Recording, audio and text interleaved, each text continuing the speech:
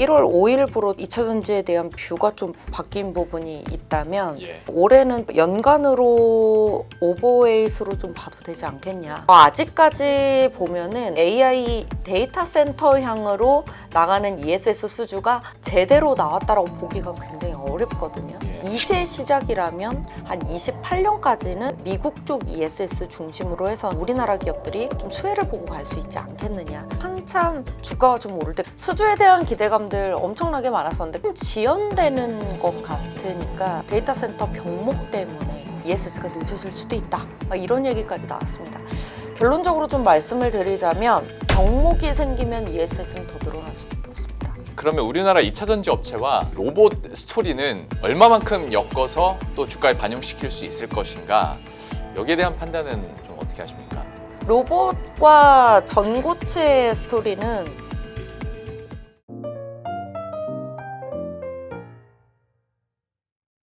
최근 들어서의 2차 전지 행보들은 어떻게 보셨는지. 너무 짧은 시간에 2차 전지에 대한 걱정거리들도 있었고 기대감들도 있었습니다. 그래서 주가도 이제 종목별로 좀 부침이 있기도 했고 많이 오르기도 했는데 2차 전지에 대한 최근 흐름들은 좀 어떻게 보고 계신지부터 한번 정리를 해주시죠. 저는 뭐 2차 전지는 항상 말씀을 드렸던 건 이제 주가 산업을 좀 따로 보자 였어요. 예. 제가 올해 2026년 들어서 1월 5일부로 좀 2차 전지에 대한 뷰가 좀 바뀐 부분이 있다면 예. 항상 제가 숏텀으로 많이 말씀을 드렸거든요. 그런데 이번에 올해는 좀 연간으로 오버웨이스로 좀 봐도 되지 않겠냐라고 이제 처음으로 조금 돌렸고요. 예. 그 전까지 제가 트레이딩으로 많이 말씀드렸던 부분은 아무래도 가장 매출 비중에서 큰 산업 비중을 차지를 하고 있는 게 EV다 보니까 예. EV 쪽 같은 경우에는 뭐 아시다시피 작년에도 보시면 27년 이후로 들어가는 여러 가지 새로운 프로젝트들이 많이 철회가 됐거든요. 네. 그리고 좀 그 친환경 차, 자동차 관련된 정책들이 좀 많이 완화가 되기 시작을 하면서 EV 센티 같은 경우에는 미국은 너무 당연히 저희 보조금 폐지 때문에 알고 있었고 있기. 예. 유럽 같은 경우에도 26년을 넘어서 27년부터 새롭게 시작이 되는 그런 새로운 프로젝트에 대한 기대감들이 조금 안 좋아진 상황이 됐습니다. 그렇다 보니까 EV 쪽은 워낙 안 좋은 상황이었어요. 이제 그 안에서 이제 사실 25년의 주가가 뭐 계속 좋지는 않았지만 일부 이제는 뭐 급등이 있기도 했고 급락을 좀 반복하는 이런 흐름들을 좀 보여줬는데 그때마다 올랐던 그 모멘텀의 중심에는 ESS가 있었습니다. 그래서 예. 2025년에 AI 중심으로 대부분의 산업에서 AI 테마를 통해서 계속적으로 주가가 갔다면 작년 하반기 때 유일하게 이제 오르지 못했었던 2차 전지 쪽도 ESS라는 모멘텀을 받고 이제 오르는 흐름으로 갔었죠. 근데 그럼에도 불구하고 제가 좀 지켜보자라고 많이 말씀을 드렸었던 이유는 ESS 쪽을 북미 쪽에서 이제 중국 제재에 대한 정책이 좀 강화가 됐기 때문에 ESS에 대한 부분들에 대한 그런 기대감이 살아나고는 있지만 이거를 얼마나 더 크게 봐줄 수 있을 것이냐. 그리고 우리가 EV가 전부 다 감소하고 유럽, 미국 다 이제 가동률이 감소한 측면에서 ESS만 가지고 우리가 얼마나 프리미엄을 줄 수 있을 것이냐. 실적도 나오지 않는데 그때만 하더라도 또 4분기 실적도 뭐 전체적으로 다 적자다라는 얘기가 나오고 있고 예. 최근에는 조금 다른 움직임을 보여주는 것 같지만 그게 내용을 이제 뜯어보면 사실상은 적자거든요. 네. 이제 그렇기 때문에 그런 흐름들이었는데 뭐 길게 지금 설명을 드렸지만 결론적으로 그럼 1월 5일부로 왜 마음을 바꿨냐. 첫 번째로는 AI ESS 시장에 대한 생각을 좀 바꿨습니다. 그래서 아직까지 보면은 AI 데이터 센터 향으로 나가는 ESS 수주가 제대로 나왔다라고 보기가 굉장히 어렵거든요. 예. 그래서 그런 부분들이 있지만 이제 시작이라면 중국을 계속 제재하고 갈 수밖에 없겠다. 이렇다면은 당장 뭐 26년, 27년에 ESS가 EV를 뛰어넘는 정도의 흐름까진 가지 않더라도 그래도 27년 정도 된다면은 조금 더 장기적으로 한 28년까지는 ESS, 미국 쪽 ESS 중심으로 해서는 적어도 우리나라 기업들이 좀 수혜를 보고 갈 수 있지 않겠느냐 이런 생각에서 올해 연간 충분히 볼 수 있을 것 같다라고 말씀드리고 있습니다. 예. 사실 저도 지난해 ESS 관련해서는 좀 반성을 했던 게 아마 이 방송 아마 3부에서 김민수 대표님이랑 얘기를 하다가 그랬을 것 같은데 ESS로 2차 전지 주가가 올라갔을 때 제가 약간 웃으면서 되물었던 게 언제부터 2차 전지 모멘텀이 ESS였어요? 라고 좀 약간 농담 반 진담 반으로 말씀을 드렸는데 실제로 이후에 ESS로 주가가 오르니까 좀 할 말이 없더라고요. 근데 올해 들어서는 AI ESS에 대해서 연구원님도 좀 새롭게 보면서 롱텀으로 보기 시작했다라고 얘기를 하셨으니까 여기에 대해서는 조금 더 한번 파보도록 하겠습니다.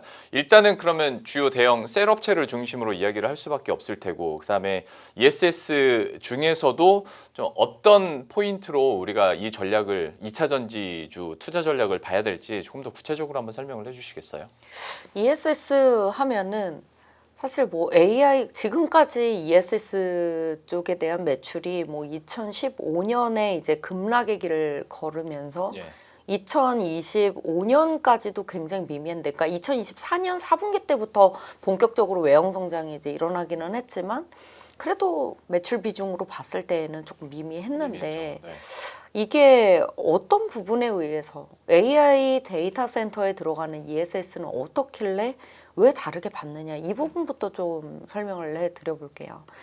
AI ESS, AI 데이터 센터에 들어가는 ESS라고 하면은 작년 2025년 그 4분기 때, 3, 4분기 때 한참 주가가 좀 오를 때 그런 얘기들이 많으셨을 거예요. 오라클 수주가 나온다더라. 테슬라 네. 수주가 나온다더라. 네네. 수주에 대한 기대감들 엄청나게 많았었는데 그런 얘기들이 도대체 왜 나왔을까? 그리고 조금 지연되는 것 같으니까 바로 나왔던 얘기가 데이터 센터 병목 때문에 ESS가 늦어질 수도 있다. 막 이런 얘기까지 나왔습니다. 결론적으로 좀 말씀을 드리자면 병목이 생기면 ESS는 더 늘어날 수밖에 없습니다. 이제 그런 측면이 있고요.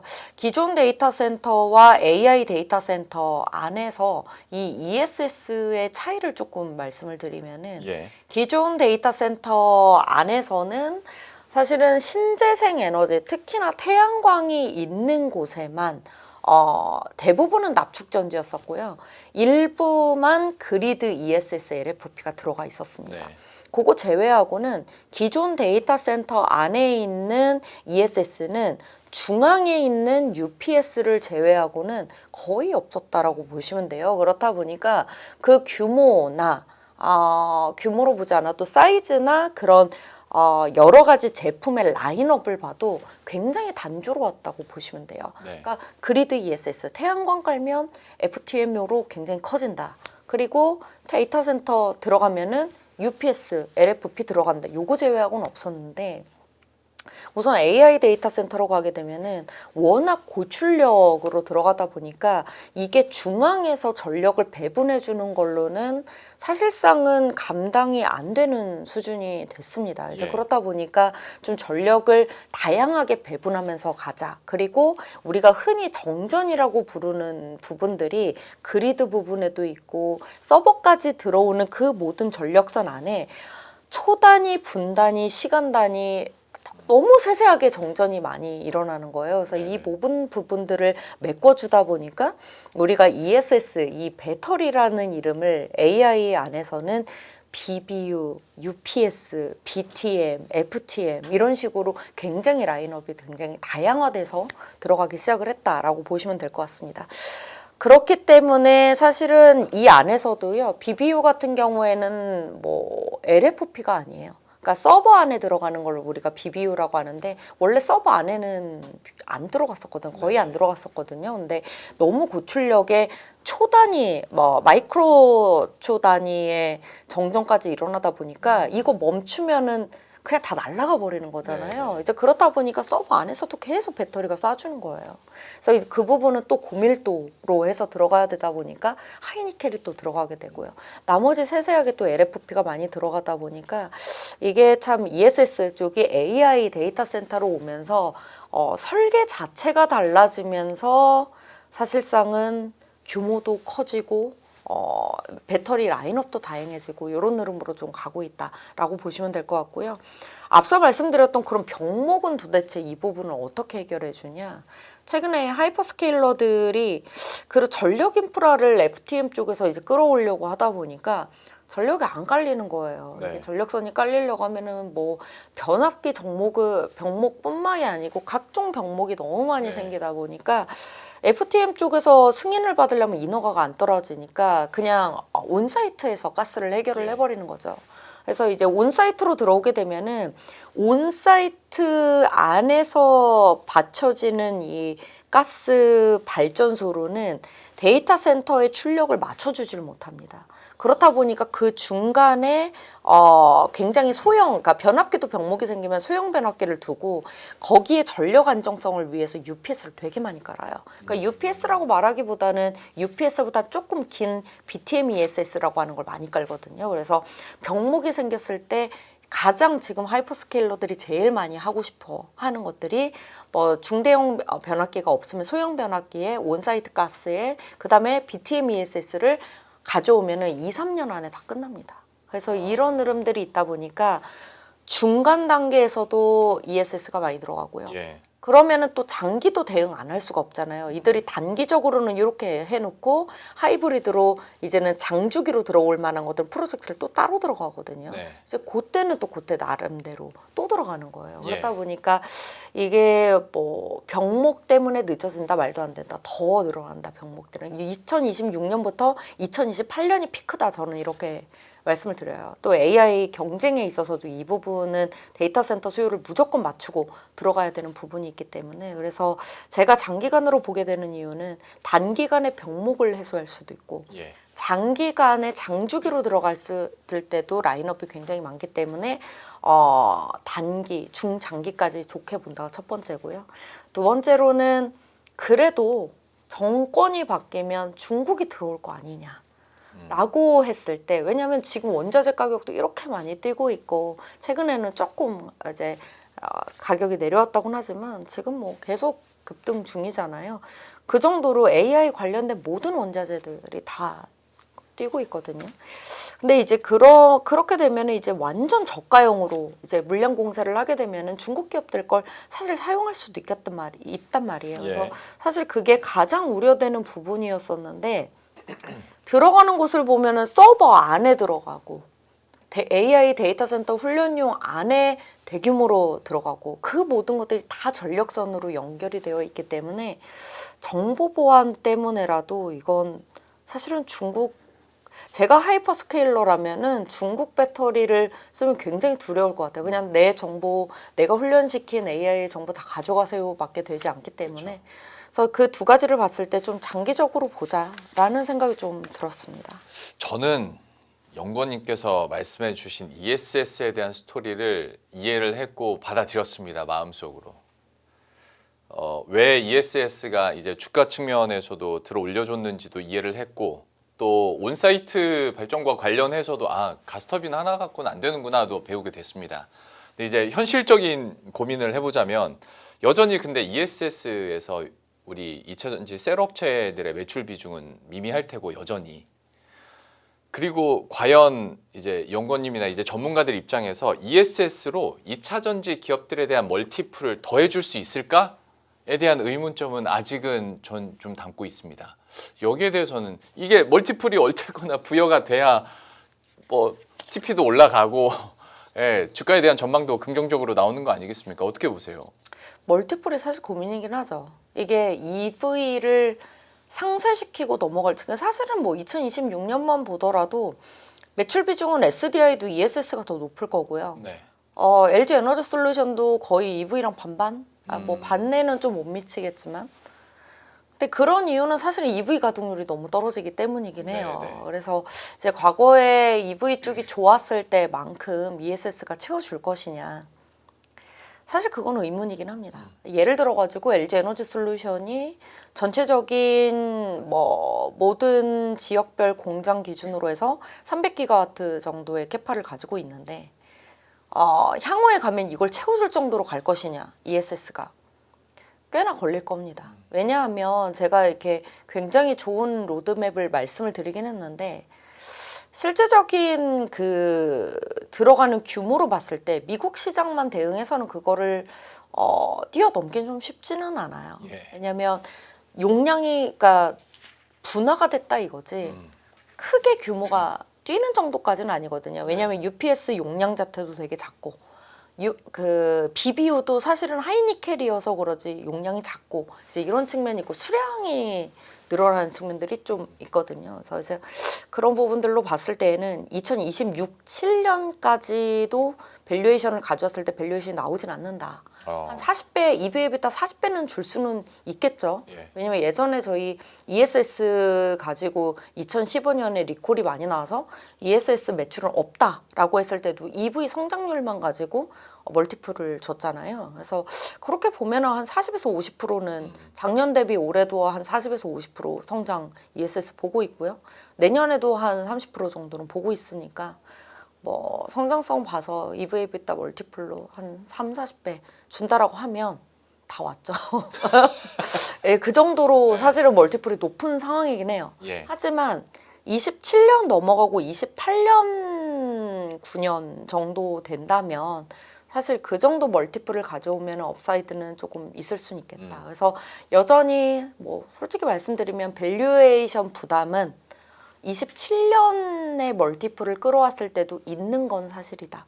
하지만 우리가 이제 초창기 때, EV 때도 사실상 외형 성장이 있었을 때 끌어왔던 프리미엄들 생각을 해보면 이제는 EV 실적을 본 다음에 ESS를 봤기 때문에 우리가 EV에비타 멀티플 한 3, 40배 정도가 이제는 나와도 업사이드가 있어야 된다라고 생각을 하는데 초창기 때 생각해 보면은 좀 더 줄 수 있는 부분들이 있거든요. 그래서 그렇게 된다면은 올해 연간으로는 조금 더 프리미엄 주고 갈 수 있겠다 정도 보고 있습니다. 그래서 밸류에이션 부담은 여전히 있다라고 보고 있습니다. 사실 이 부분에서 이제 고민이 되는 거고 앞에서 말씀하셨던 2차 전지는 그래서 주가와 산업 동향을 좀 따로 볼 필요가 있다라는 부분이 이제 부딪히는 건데 글쎄요, 앞으로의 흐름들은 한번 지켜보겠습니다. 그래도 ESS 분야에 대해서는 긍정적인 사인들이 나왔으니까요. 그리고 그러면 만약에 멀티플로만 봤을 때 거의 다 왔다고 했을 때 이제 플러스 알파를 어디서 가져올 것이냐에 대한 스토리를 찾아봐야 되는데 요즘에 이제 얘기가 나오고 오늘 삼성 SDI 컨퍼런스 콜에서도 나왔던 게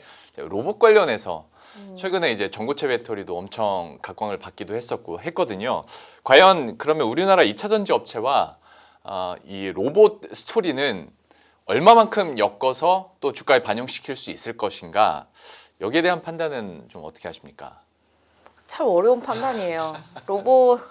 로봇과 전고체 스토리는 도대체 어디서부터 어떻게 시작된 건지 저도 잘 모르겠는데 제가 알기로는 이 스토리의 그 마지막에 정점을 찍어준 게 중국이라고 저는 생각을 해요.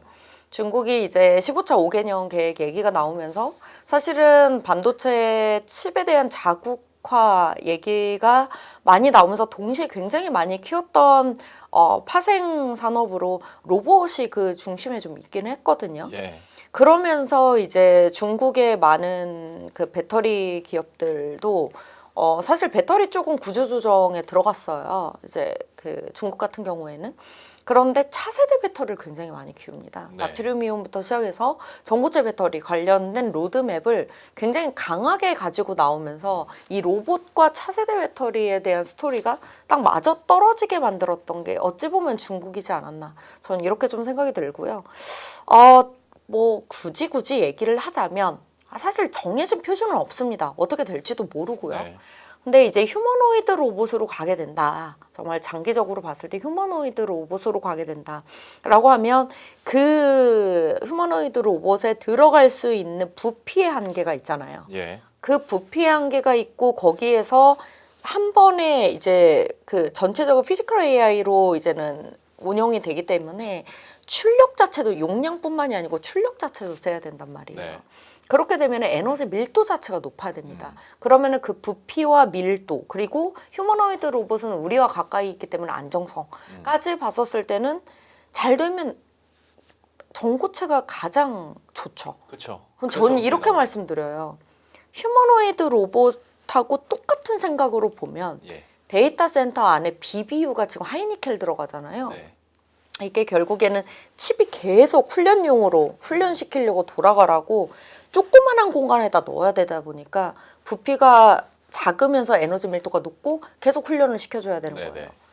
같은 느낌인 거예요. 전고체가 되면 BBU도 제일 좋습니다. 아, 근데 이게 이제 경제성을 얼마나 맞출 것이냐. 그리고 저는 조금 기대가 되는 부분은 만약에 2027년에 많은 기업들이 너도 나도 할 거 없이 다 상용화를 하거든요. 그래서 전고체를 가지고 나왔을 때 전고체가 원래는 부피가 작아야 돼요. 예. 근데 여기에 덴드라이트 현상이라든지 계면 저항이라든지 이런 부분들이 너무 세다 보니까 덴드라이트 현상에 대한 부분을 좀 막아주려고 중간에 그 활물질을 조금 두껍게 만들어요. 그럼 서로- 의미가 없어지는 거 아닙니까? 그러니까 부피가 조금 두껍게 나올 가능성이 있다 보니까 여기에서 이제 나온 게 삼성 SDI가 고안을 해낸 게 이제 무음극 얘기까지 나온 거죠. 최대한 음극 쪽에서 줄여서 가동을 시킨 다음에 이제 운용을 시킬 때 음극이 나오게 만드는 이런 흐름까지 가고 있는데 만약에 부피가 좀 작게 나오고 가격은 사실 약간 포기하고 있는데 왜냐면은 계면정을 잡아주는 코팅 소재가 너무 비싸요. 이게 대량 양산이 돼도 가격이 싸지기는 쉽진 않은데 우선은 첫 번째 부피가 작게 나온다면 또 다시 한번 휴머노이드나 다양한 어플리케이션에 대한 얘기가 나올 수 있다라는 거고요. 두 번째로는 중국이 전고체를 또 드라이브를 걸잖아요. 예. 이러면은 뜻하지 않게 가격이 낮아질 수가 있습니다. 그래서 이렇게 된다면 어쨌든 다른 나라, 우리나라뿐만이 아니고 다른 국가들에서도 처음에 전고체 배터리를 양산하게 되면은 대량 양산을 해서 최대한 많은 수요처에 넣어봐야 스펙이 또 올라가는 측면이 있거든요. 예. 그래서 가격을 좀 다운시켜서 여러 곳에 좀 수요처를 마련하지 않을까라는 내심 그런 기대도 좀 있다라고 보고 있습니다. 전고체 배터리 관련해서는 워낙 뭐 삼성 SDI 컨퍼런스 콜 얘기도 그렇고 지난주에 워낙 화제가 많이 됐기 때문에 질문은 드렸습니다만은 이건 어떻게 되는지 한번 봐야겠습니다. 그렇죠. 예, 아직은 스토리가 더 강하고 근데 다만 이런 셀 업체들에서 가동 라인을 EV 거를 빼고 전고체 쪽으로 그러니까 로봇과 관련된 가동을 늘리겠다라고 하니 이게 언제 스토리가 현실화될 수 있을지 한번 지켜보면서 마지막으로 그 연구원님께서 BESS도 중요하게 보고 있다고 하셔가지고 배터리 에너지 저장 장치에 대해서 이거는 그러면 포인트를 어떻게 두고 계신지 간단하게 좀 설명을 해주시겠어요? 뭐 앞서 말씀드린 것처럼 AI 데이터 센터죠. 네, 아직 미국에서는 AI 데이터 센터 자체는 1%도 안 됩니다. 그렇기 때문에 여전히 더 수주도 많이 나와줘야 되고요. 하이퍼스케일러 쪽에서는 제대로 나와본 적도 좀 없기 때문에 그 관련된 기대감은 여전히 있다. 그럼 올해도 어찌 보면은 실적도 EV가 좀 낮아져서 ESS 매출 비중이 올라가는 것처럼 보이긴 하겠지만 어쨌든 시장은 이제 ESS 실적에 집중을 할 테니 네. 거기에서 이제 QOQ 그로스가 나와준다면 그리고 플러스 수주까지 나와준다면 올해 한 해는 ESS 중심으로 2차전지 섹터 주가의 중심에는 ESS가 있고 거기에 뭐 아까 말씀해주신 2017년에 이제 전고체 원년이 그 전고체 상용화의 원년이니 올해는 좀 테마성으로 같이 주목을 받을 수 있겠다. 요 정도 좀 보고 있고요. ESS 같은 경우에는 아직은 좀 미미한데 이번에 뭐 LG 에너지솔루션도 그렇고 삼성 SDI도 그렇고 자꾸 언제부턴가 ESS 쪽에다가 BBU 얘기를 자꾸 넣잖아요. 예. 우리가 하이니켈을 하고 있기 때문이에요. 그리고 원통형을 다 하고 있기 때문에 BBU 시장을 대응을 할 거다라고 얘기는 하고는 있는데 아직까지는 이 BBU에 대한 그 가동률을 조금 끌어올리는 게 장기적인 그런 프리미엄 밸류를 더 가져올 수 있는 것 같아요. 근데 아직까지는 요 셀만 원통형 셀만 공급을 하고 있기 때문에 나중에 팩부터 시작해서 더 조금 더 고부가치 제품을 만들 수 있기를 좀 기대를 해보고 있습니다. 알겠습니다. 전반적인 2차 전지에 대한 주요 포인트들 짚어주셨는데 그럼 마지막으로 또 2차 전지 이제 투자 전략적인 측면에서 뭐 셀업체들일 수도 있고 소지업체들일 수도 있고 일단은 시계열은 롱으로 본다고 하셨으니까 좀 길게 봤을 때 또 우리 투자자 여러분들은 2차 전지 어떻게 전략 짜야 될지 마무리 발언 부탁드립니다. 네, 뭐 이 중심으로 본다면 저는 탑픽은 삼성 SDI일 수밖에 없겠죠. 근데 삼성 SDI뿐만이 아니고 LG 에너지 솔루션도 ESS부터 BBU부터 뭐 LFP ESS에서는 또 특히나 가장 라인 전환이 잘 되어 있기 때문에 올해는 그래도 저는 셀 중심으로 봐야 된다라고 말씀은 드려요. 네. 그렇긴 하지만 이제 올해가 또 코스닥 붐이어서 네, 네, 2차 전지에 또 저는 사실 양극재 쪽을 그렇게 좋게 보고 있지는 않습니다. 네. 왜냐하면 셀이 어느 정도 가동률이 나와줘야 소재가 좋기 때문에 이제 산업적으로는 그렇게 보는데 2차 전지에 셀하고 양극재 다 합쳐서 코스닥이 없습니다. 그래서 에코프로나 에코프로 비움 빼곤 코스닥이 없다 보니까 지금의 흐름은 이러하기 때문에 그렇게 가고 있다여서 이거는 이제 투자자들의 판단에 맡기도록 하겠고요. 저는 탑픽은 삼성 SDI와 거기 냉각 시스템 하고 있는 한중 NCS 같은 기업들이 훨씬 이제 부각이 되지 않겠느냐 이렇게 좀 보고 있습니다. 앞에서 다시 한번 제가 언지를 합니다만은 2차 전지 같은 경우에는 주가와 산업을 좀 따로 보셔야 된다 얘기를 해주셨는데 연구원님의 발언에서도 설명과 투자 전략은 좀 따로 봐야 될 것 같습니다. 지금들의 상황들에 대해서 그리고 2차 전지 투자 전략에 대해서 마지막에 또 솔직한 얘기를 해주셨으니까 여러분들도 판단하시면서 좀 여러분들 투자 전략과 포트폴리오 비중에 좀 적용을 하셨으면 좋겠고요. 연구원님과는 이 정도로 마무리 짓고 인사드리도록 하겠습니다. 유한타증권 이한나 부센터장과 함께했습니다. 오늘 말씀 고맙습니다. 감사합니다. 내 집 마련, 주식 대박, 자녀 교육 모든 고민의 끝엔 언제나 돈이 있습니다. 어른이라면 모른 척 할 수 없죠. 그 시작은 경제와 투자를 제대로 아는 것입니다. 지금 진짜 경제 수업이 시작됩니다.